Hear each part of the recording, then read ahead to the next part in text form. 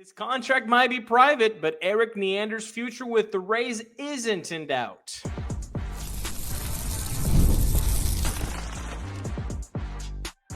You are Locked On Rays, your daily Tampa Bay Rays podcast. Part of the Locked On Podcast Network, your team every day. Welcome into the Locked On Rays podcast. Locked On Rays is part of the Locked On Podcast Network, your team every day, and we are Kevin and Ulysses. And we are lifelong Rays fans who have been podcasting about the Tampa Bay Rays since 2019. Later on today's show, Rays fan favorite and all-around good guy Brett Phillips has officially retired. In a few minutes, we'll discuss why Shane Baz still has potential as a starting pitcher. But to start, let's get to a mailbag question concerning the Rays' playoff chances and future in 2026 and beyond. And we're going to talk about all of that thanks to FanDuel. Right now, new customers can bet just $5. And if your bet wins, you'll get $300 in bonus bets to use across the app. Download the app today. I'm going to give you guys a little sneak peek at what this segment is about. And it's that Erik Neander isn't going anywhere. But first, where are we talking about this? Well, it's a mailbag episode, people. Yes. And we got an email from Rachel who says, "Good morning, Locked On Rays podcast. I have been listening to you guys 3 years now. You guys rock. With the season coming to a close, I have been having questions about the Rays being controlled under the new ownership and its pitching staff. I have noticed that since Peter Bendix left for the Marlins, the acquisitions the Rays have made have not been successful. My question is, with the new ownership, will there be a new main GM that will take over the Rays organization to get this team back into the postseason next season?" So let's Quentin Tarantino this thing. Yes. Erik Neander isn't going anywhere. And why isn't he going anywhere? And this might be kind of a little bit silly for other fan bases to understand, but for Rays fans, Yes. It's not silly at all. He's got a contract. And boy, oh boy, do the Rays like to fulfill contracts. So he's not going anywhere. We know that there is no length of time public of that contract. We know that there is no dollar signs public of that contract, but he's not going anywhere. I mean, this guy has been through almost every rung in the ladder to get to be a president of baseball operations, basically a fancy way of saying GM. He's not going anywhere, Kevin, and nor do I think that he should go anywhere. No, and I think Rachel makes up a good point about Peter Bendix going to the Marlins, and how crazy is it that the Marlins had a better record than the Rays this year? Anybody that had it on their bingo card, congratulations for that. Hopefully that is not a trend that continues in 2026. But I think, maybe there will be somebody who has the title of GM, depending on how they reshuffle the rest of the front office. But Erik Neander is still going to be the top dog. He's not going anywhere. And if this is a little bit foreshadowing for an episode later this week, where we'll dive into the press conference from the new ownership, they made it pretty crystal clear that they love them some Erik Neander and some Kevin Cash. So I think that dynamic duo is staying in place for quite some time. Even the best teams have some ruts, and we're just in the midst of a 2-year rut, whether you want to talk about free agent signings, trades, injuries, a combination thereof, the team's getting better in the AL East. I don't think that, after 2 losing seasons, we should be calling for Erik Neander's head. I mean, he is one of, if not the most respected front office type in all of baseball. And there's probably a good, 23 to 25 teams that would sign up tomorrow to have him a part of their organization. And again, look at your division, look who you have to go against, and then look at the payroll distribution. I mean, my gosh, even the Jays have a payroll that you're like, whoa, that's how much they're paying right now. So, and it shows, right? Hey, the Jays are doing pretty good right now. Yeah. Look. And through no fault of their own, the Wander Franco situation put a big dip into this franchise's trajectory. If he didn't do what he did, or allegedly did or is charged and guilty of for what he did, we'd be most likely talking about a winning ball club. If he was part of we would be talking about winning ball club. And you know what? We can drop the alleged now. The guy was guilty, found guilty. There we go. Yeah, but look, I do want to say, look, Neander has done fantastic. He should keep going. But I think you said something there very good, and you buried the lead there. The Rays had a worse record than the bleeping Miami Marlins. Mm-hmm. Like, that doesn't happen often, people. The last time that happened was in 2016 when the Rays won 68 games and the Marlins won upwards of 70, I think 79 games. So back-to-back losing seasons, no playoffs, no major contract extensions. Obviously, a dip into what Neander has done in the past. But I do want to tackle what Rachel said about Pete Bendix. I think Peter Bendix is fantastic in his own right. I think he's doing a great job with the Miami Marlins, as he was able to show this season. But I don't think the shrewdness has left just because Peter Bendix is gone. I mean, out of the top of my head, I can think of two guys that Neander got that have shown incredible value, have been shrewd moves, and nobody saw coming. For example, the first one he got from Bendix himself, Jake Mangum. Jake Mangum was that player to be named later that he got from the Marlins. So I'll do that one first. And number two, Edwin Uceta. He was signed a month after Bendix had left the organization. So I think those are two shrewd moves. And I think if you poll Rays fans, or at least Locked On Rays fans, Uceta and Mangum would be graded incredibly positively by Locked On Rays fans. 100%. And, I know that we were on maybe not necessarily Erik Neander, but the move didn't work out well of signing Ha-Seong Kim. Well, you're the Rays. You don't really have a go-to shortstop. You got to take a calculated risk. And that's what they did. We hoped it worked out better. I would still have done the move looking back on it, because you had a prime chance to have a guy that could have made a really positive impact. It's just he got hurt. He couldn't stay on the field. He couldn't stay healthy. So they had to cut bait from him. Now, I will say the one or two things that maybe irks me a little bit is that Xavier Edwards is having success with the Marlins and Heriberto Hernandez is having success with the Marlins, two former Rays farmhands. So that gets me wondering, how did you let those guys get away? And that also could paint a picture into, in the front office, they have disagreements. Some in the front office are going to be like, that's my guy. Just like we have, that's my boy draft. Right. OG Locked On Rays listeners will get that ref. But we used to have a my boy draft, and guess what? The front office might also have their my boy draft, and that kind of tells me maybe Heriberto Hernandez and Xavier Edwards were Pete Bendix's guys, and he said, you know what? Come along with me. Now, that's not the only question that Rachel asked us. Starting depth being a problem means Shane Baz gets one more shot in the rotation in 2026. The NFL season is here, and FanDuel has an offer that you do not want to miss. Right now, new customers can bet just $5 and get $300 in bonus bets if you win. That's right. Pick a bet, put down $5, and if it hits, you'll unlock $300 in bonus bets to use across the app.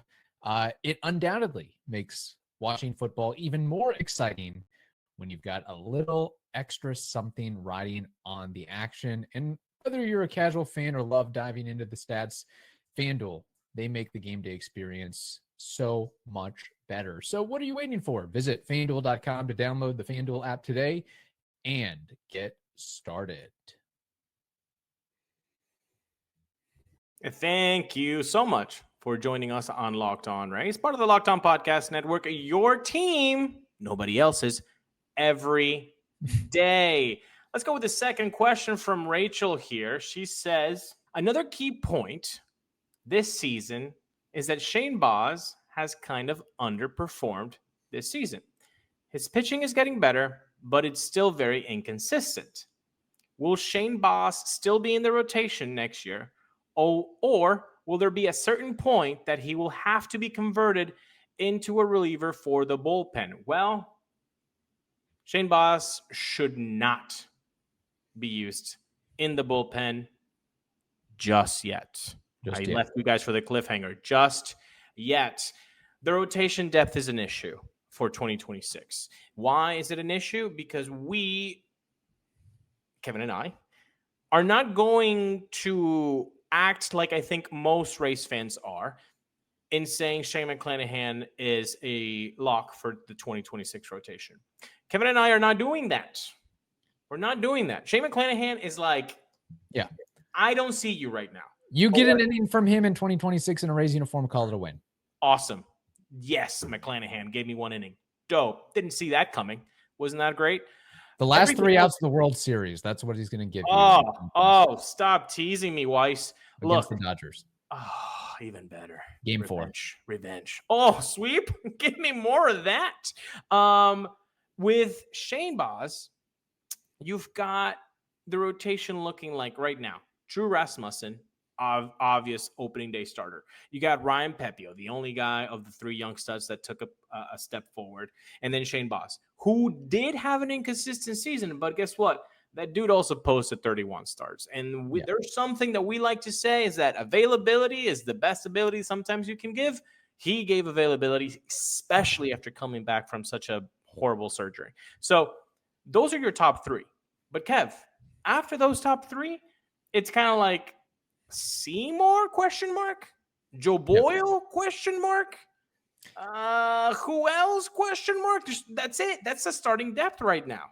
Yes, there are many question marks, and there's even been talk about, hey, can we convert Griffin Jacks into a starting pitcher? I think the Rays are probably going to have to roll through the free agent market and maybe try to find a veteran on a 1-year deal and hope he can kick it for a couple months. And Hauser? Back for Hauser? Possibly. I think pretty much anything and everything is on the table with that. We know that you need more than three lockdown guys and 2 question marks. That's not going to fill out a rotation for you. But and I know I get where Rachel is coming from, where we were at the end of the day disappointed in Shane Baz's overall numbers and the inconsistency. Like 1 month he would give you a 7.85 ERA, and the next month he'd give you a 2.82 ERA. I believe that's what he did in August and September. And at the very least, hey, he finished strong in the month of September. Yes, so we give him a golf clap for that one. But you made a very astute point, and that is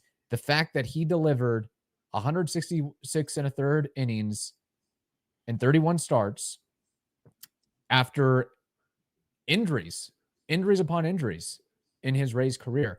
And I think some of that from 2024 to 2025, he was still probably trying to get his sea legs underneath him. I mean, you're basically doubling or more than doubling your innings pitched output from 1 year to the next. So I understand some of the inconsistency there. But then again, if you look at his overall numbers, if you look at his ERA of 4.87, you look at his WHIP of 1.33, you look at the amount of innings he's given you, there's a lot of baseball clubs, not named the Dodgers, that would sign up for that, especially at the cost. It's not like he's getting paid Frankie Montas money. No, the issue is in a way.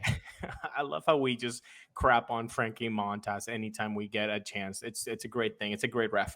It's a great callback for Locked On Rays people. With Shane Baz, you're saying those numbers, that screams to me like a very stable number 5. Now, yes. I don't think he's a number 3. I mean, he has the talent to be a number 1, but he has a lot more to do to establish himself. I mean, really, in a perfect world, with those numbers, he'd be the Rays number 5. Exactly. But we're not really in that situation right now. If you tell me in 2026, Shane Baz is going to be your number 5, I'd be happy. Yeah. But only if that means he's the number 5, because 3 and 4 are pretty good pitchers, are of the Pepio type. Because although I believe Pepio can be a guy at the top of the rotation, maybe like a maximum like 2, I don't see Pepio right now yet as a number 1 guy. But at number 2, I feel comfortable. But I would even feel even more comfortable if Pepe was number 3. So that's the thing. Shane Baz right now in the hierarchy is the number 3 with these numbers. So it does make you, a little bit worrisome. And you talk about Griffin Jax as being converted, like that's a gamble. Yes. Then Seymour, a little bit more consistent, but we also saw him be blown up and got 5 earned runs in like 2 innings worth of work at the end of the season in one of his starts. Joe Boyle, highest of highs, lowest of lows. I mean, the guy had such a lowest of low that he had to be sent down to AAA at the end of the season before September. So there's just too many question marks. And in the minors, there's nobody really that is going to be highlighted that heavily that could even take the mantle for saying, hey, guys. Yeah, I think the next guy on the come up is Brody Hopkins, and he's not ready yet. He's going to need a couple more years of seasoning. And again, I think, Shane Baz, for him, it's about limiting the walks a little bit. And I'll be curious to see what he and the other starters can do in a climate controlled environment like the Trop, in a more pitcher friendly environment like the Trop as compared to Steinbrenner Field. I think that could have that could do something to buoy their pitching statistics. As far as endurance, stamina, and just being more comfortable in a bigger confine at the end of the day. Then exactly, yeah. Tropicana Field is going to be a change of scenery that a lot of race pitchers are going to appreciate. Maybe if you're really like screaming at us right now on YouTube, which by the way, hit that like button. It's for free and you help us. Or subscribe if you haven't subscribed. Come on, stop looking for the pod. Just subscribe. Yeah. Maybe if you're just yelling at us on YouTube saying, how dare you guys not name Forrest Whitley? Okay, fine. You got us. Forrest Whitley is in the AAA roster, and he could be a fantastic experiment. But I'll put him even in a worse category than Ian Seymour or Joe Boyle. So, really, he's further down the list. I mean, when you expand rosters to 28 people and all the rookies that they were calling up, if they didn't feel comfortable calling up Forrest Whitley, I presume there was a reason for that. So you have to be worried about the starting depth right now, and that's why Rachel and everybody else that thinks Shane Baz should go directly to the bullpen right away. No. Now, if Ian Seymour starts looking like Drew Rasmussen and Joe Boyle starts looking like Ryan Pepio, and Shane Baz depreciates as a player, then okay, we can have that conversation. But we can have that as of right now, we can't complain about 31 starts and 166 plus innings, because you got to be able to fill all the games in the regular season, that's a lot of innings to fill, as we know. All right, wrapping things up on this edition of the Locked On Rays podcast, the pioneer of the airplane arms has announced his retirement. Well, guys, you've probably heard of Viagra or Cialis. Maybe you've even tried them. But if you're looking for something beyond the usual pill, it's time to meet Rougiet Go Long. That's exactly where Rougiet's Go Long comes in. This isn't just another ED pill. It is a total game changer for confidence. Go Long combines 2 doctor-trusted medications in one dual-action formula, giving you confidence all day, all night, and even into the next day.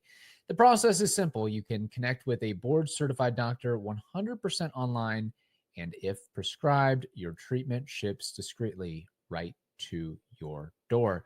Ready to level up your confidence in the bedroom? Head over to RUGIET.com and use promo code LOCKEDONMLB for 15% off your first order.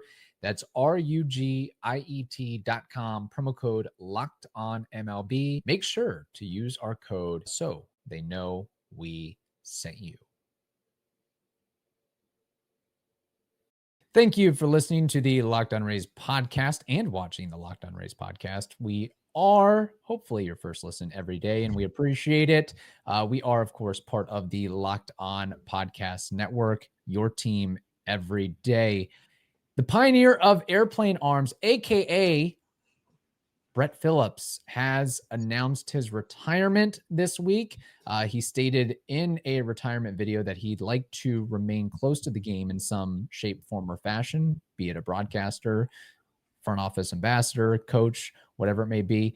The local kid out of Seminole High School in a 6th-round draft pick in 2012 spent parts of 7 seasons as an outfielder in the majors, and we know him best as a Rays outfielder in 2020, 2021, and 2022, in particularly what he did in the 2020 World Series, where he had the game-winning hit in Game 4.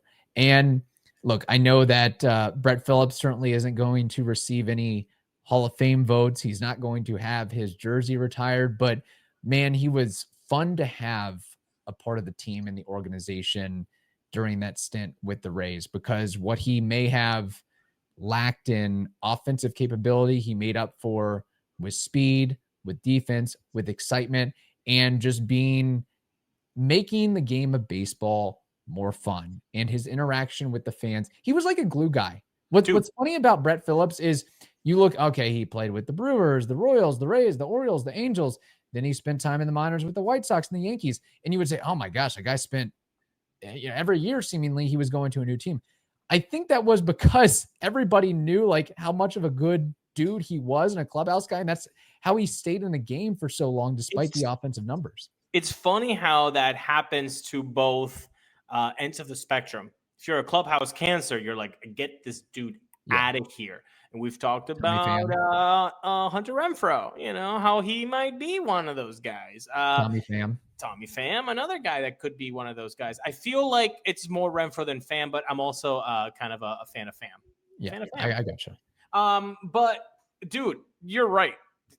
Not only do Rays fans hold him in high esteem because of how he treated fans, but he just has a top 3 moment in Rays history. I mean, if you want to be conservative, I think you would say top 5 moment in Rays history. But this is the bleeping World Series, man. I mean, at that point in time, you were tied up 2-2 now in the World Series. By the way, that's the most wins you've ever had as a franchise in a World Series. You only won 1 against the Phillies in 2008.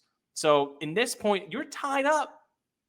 Game 5 is coming up. Like, he gave you that. And it's something that we're always going to remember. It was also the COVID World Series. Like, he just he has this moment impeccable in every Rays fan, memory core. So good for him. I'm glad that he was able to retire in his own right. And, his demeanor, positive attitude, the funny quips and interviews with Trisha, those were great. I mean, when he has even moments of him trying to pitch in landslide games, in clunker games, and being kind of the guy that people were like kind of rooting for, even just he became viral for some of those moments. Yeah. So no, good for him. I'm really glad that he was a Ray, because he gave us one of the happiest memories we'll ever have, and hopefully not the happiest memory we'll have at a World Series, because we hope to win a World Series one day. Yes. But till to this moment, till October of 2025, Brett Phillips has one of the best Rays all-time memories that that anybody's ever given a fan base. Heck, there's just in 2020 alone, there were so many great moments between Brett Phillips, Mike Brasso, and the Aroldis Chapman showdown, and then Randy Arozarena becoming Babe Ruth and Barry Bonds all in one.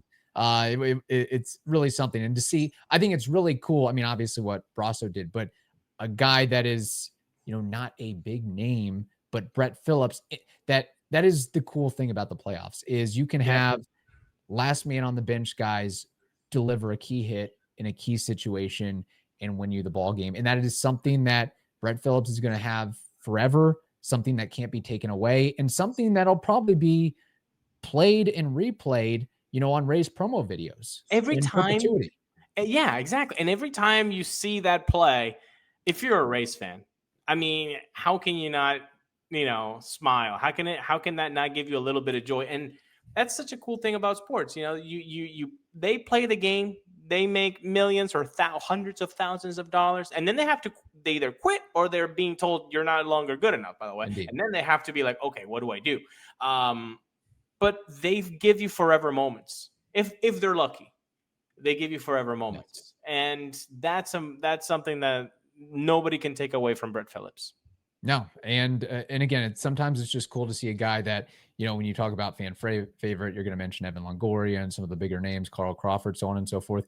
But to hear that, fans were so enthralled with a guy like Brett Phillips or G-Man Choi, that's also what makes the game fun as well. That you don't necessarily have to be an all-star or a superstar to attract the attention of the fan base. And you know how he attracted the fan base? Demeanor, the funny quips, but also every home game, he would go out early and sign autographs for people right by the bullpen.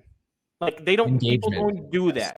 People don't do that. Like, because as an athlete, that's just not something that happens. He was just a normal dude that got to play baseball. Like, he was just good at it, but he's just a normal dude. Like, it was just, I am a fan of what Brett Phillips means for baseball. I'm very happy that he gave us that memory, and hopefully he can stay close to the game that he calls fun. Brett Phillips, thank you for the moment. Thank you for the memories. Thank you, and congrats on your retirement as well. Looking forward to seeing what he does in the future. All right, thank you for listening to the Locked On Rays podcast. We appreciate it. Hope you all have a wonderful day. Stay safe, and we'll talk to you later on this week.